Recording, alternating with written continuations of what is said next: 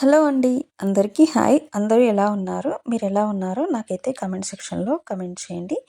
ఇదైతే morning to evening vlog అయితే share చేస్తున్నాను. ఇక్కడైతే మార్నింగ్ టిఫిన్ కోసమైతే పెసర్లు నానబెట్టేసుకున్నాను. మంచిగా నానిపోయాయి. ఇంకా వీడియో నచ్చితే ప్లీజ్ తప్పకుండా లైక్ చేయండి. వీడియోనైతే లాస్ట్ వరకు చూడడానికి ట్రై చేయండి. బావుంటుంది. కొత్త వాళ్ళు ఎవరైనా నా ఛానల్‌ని ఫస్ట్ టైం చూస్తే ప్లీజ్ సబ్స్క్రైబ్ చేసేసుకొని సపోర్ట్ చేయండి. వీటినైతే వాష్ చేసేసుకొని పెట్టేసుకుంటున్నాను.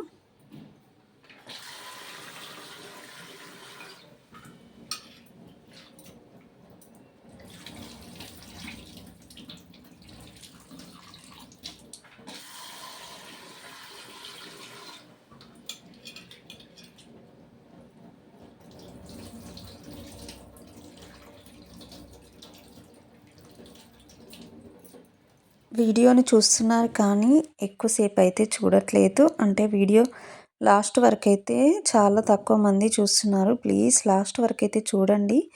వ్యూస్ వచ్చినా కానీ అంత ఎక్కువ చూడడం లేకపోవడం వల్ల అంత ముందుకెళ్ళట్లేదు. చేయాలనే ఇంట్రెస్ట్ కూడా వస్తలేదు.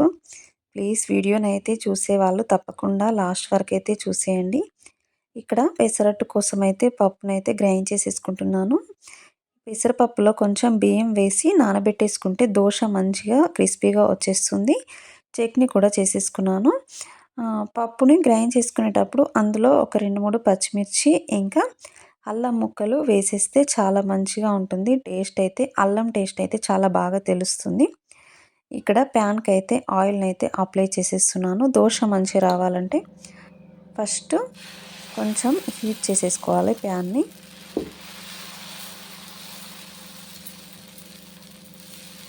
ఇలా చాలా సాఫ్ట్‌గా మంచిగా వచ్చేస్తుంది. మనము పెసరపప్పు వేసినా ఎక్కువ బియ్యం వేయడం వల్ల దోస అనేది మంచిగా వచ్చేస్తుంది ఈజీగా. మనము బియ్యం వేయకపోతే మొత్తం స్టిక్ అవుతుంది. అందుకే కంపల్సరీ కొన్నైనా వేసేసుకోవాలి.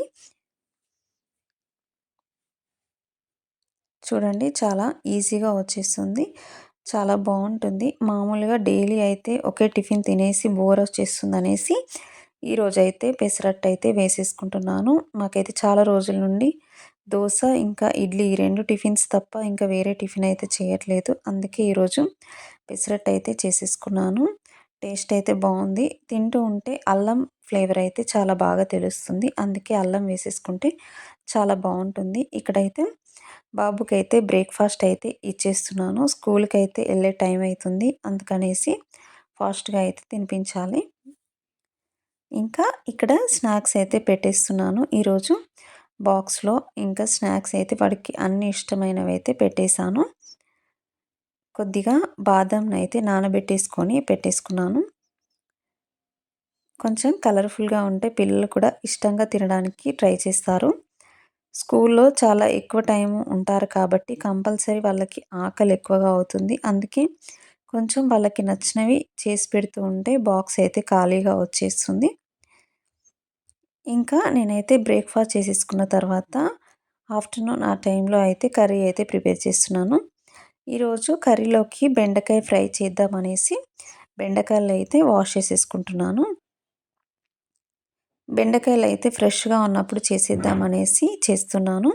నేను వీటిని నిన్ననే తీసుకొచ్చాను. ఇంకా వాటిని ఫ్రిడ్జ్‌లో పెట్టలేదు. బెండకాయలు ఫ్రిడ్జ్‌లో పెడితే మొత్తం గట్టిగా అయిపోతున్నాయి. అస్సలు టేస్ట్ అయితే రావట్లేదు. అందుకనేసి ఫ్రిడ్జ్‌లో పెట్టేసుకోకుండా నెక్స్ట్ డేనే చేసేసుకుంటే కర్రీ అయితే టేస్ట్ చాలా బాగా వచ్చింది.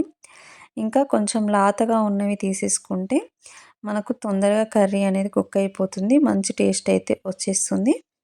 వీటినైతే ఒకసారి వాష్ చేసుకున్న తర్వాతనైతే తుడుచుకొని పెట్టేసుకోవాలి. లేకపోతే తడిగుంటే ఎక్కువగా జిగురు అనేది వచ్చేస్తుంది. అందుకనేసి మంచిగా తుడుచుకొని కొంచెం ఆరిన తర్వాతనైతే కట్ చేసేసుకుంటున్నాను.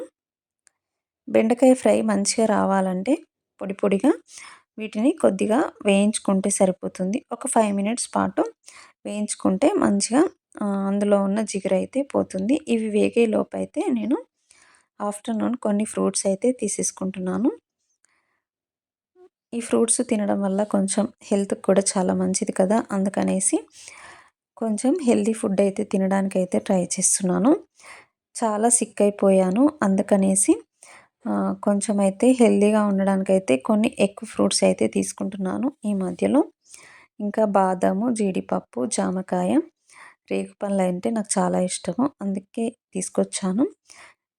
ఇప్పుడే కొంచెం అయితే దొరుకుతున్నాయి. పావు కేజీకి 50 రూపీస్ అట్లా ఇచ్చారు.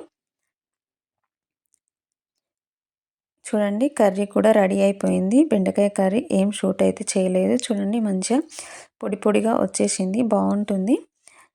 ఇంకా ఈవినింగ్ టైంలోనైతే ఈ వెన్నపూస చేద్దామనేసి బయట పెట్టేసుకున్నాను.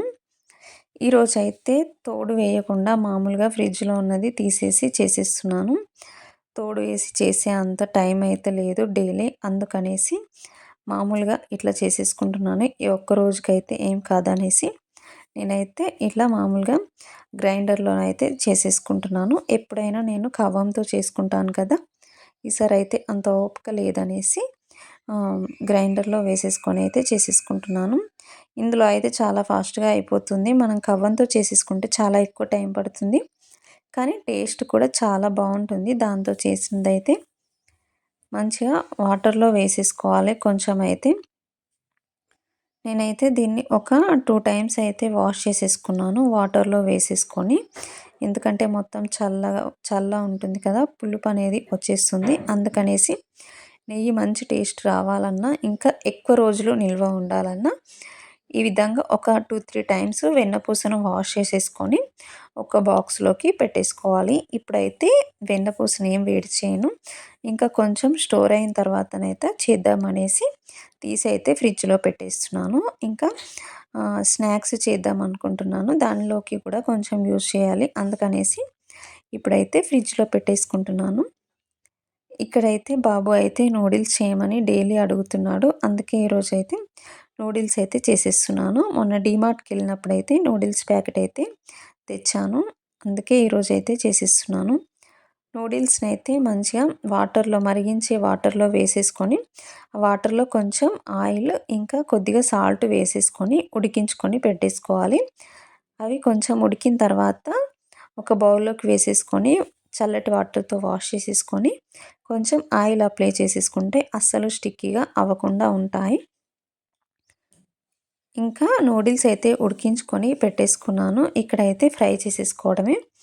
ఫస్ట్ అయితే ఎగ్ వేసేసుకొని ఎగ్ కాస్త ఫ్రై అయిన తర్వాత మన దగ్గర ఉన్న వెజిటేబుల్స్ ఏవైనా వేసేసుకోవచ్చు. ప్రస్తుతానికి నా దగ్గర ఓన్లీ క్యారెటే ఉంది. అందుకనేసి క్యారెట్ ఇంకా పచ్చిమిర్చి, వెల్లుల్లి ముక్కల్ని వేసేసుకున్నాను. ఇంకా ఆనియన్ ముక్కల్ని కూడా చిన్నగా కట్ చేసేసుకొని వేసేసుకోవాలి. ఇప్పుడు మనం ఉడికించి పెట్టుకున్న నూడిల్స్ని అయితే వేసేసుకొని ఇందులో మీకు సరిపోయేంత ఉప్పు, కారము ఇంకా మిరియాల పౌడర్ని అయితే వేసేసుకోండి. మిరియాల పౌడర్తోనే మంచి టేస్ట్ అయితే వచ్చేస్తుంది. మీకు ఇష్టంగా ఉంటే కొంచెం గరం మసాలా కూడా వేసేసుకోవచ్చు. కొంచెం ఘాటుగా తినే వాళ్ళకైతే సరిపోతుంది. నేనైతే ఇక్కడ గరం మసాలా ఏమీ వేయలేదు.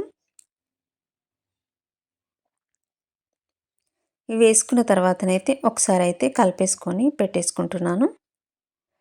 మంచిగా కలుపుకున్న తర్వాతనైతే సాస్లు అయితే వేసేసుకుంటున్నాను. కంపల్సరీ నూడిల్స్ టేస్ట్ రావాలంటే మనకు సాస్లు వేయాల్సిందే.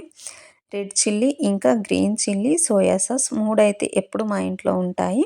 సోయా సాస్ అయితే కొంచెం అయితే వేసేసుకున్నాను. ఇంకా గ్రీన్ చిల్లీ కూడా వేసేసుకొని ఒకసారి మంచిగా కలిపేసుకొని మనము నూడిల్స్ చేసేటప్పుడు హై ఫ్లేమ్లో కలుపుకుంటే మంచి టేస్ట్ వస్తుంది. ఆ ఫ్లేవర్ అనేది మంచిగా తెలుస్తుంది తినేటప్పుడు. కొద్దిగా కొత్తిమీర వేసేసుకొని ఒకసారి మంచిగా మిక్స్ చేసేసుకొని అయితే స్టవ్ అయితే ఆఫ్ చేసేసుకుంటున్నాను. ఇంకా రెడీ అయిపోయినట్టే. ఇప్పుడైతే బాబుకైతే ప్లేట్‌లో వేసేసి ఇంకా ఈవినింగ్ స్నాక్‌గానైతే ఈ నూడిల్స్ అయితే చేసేసుకొని పెట్టేశాను. నూడిల్స్ చాలా బాగొచ్చాయి. టేస్ట్ అయితే బావుంది. ఇంకా వీడియో నచ్చితే ప్లీజ్ సబ్స్క్రైబ్ చేసేసుకొని సపోర్ట్ చేయండి. వీడియో నచ్చితే తప్పకుండా లైక్ చేయడం మాత్రం మర్చిపోవద్దు. మళ్ళీ ఒక వీడియోతో మీ ముందుకొస్తాను. Thank you.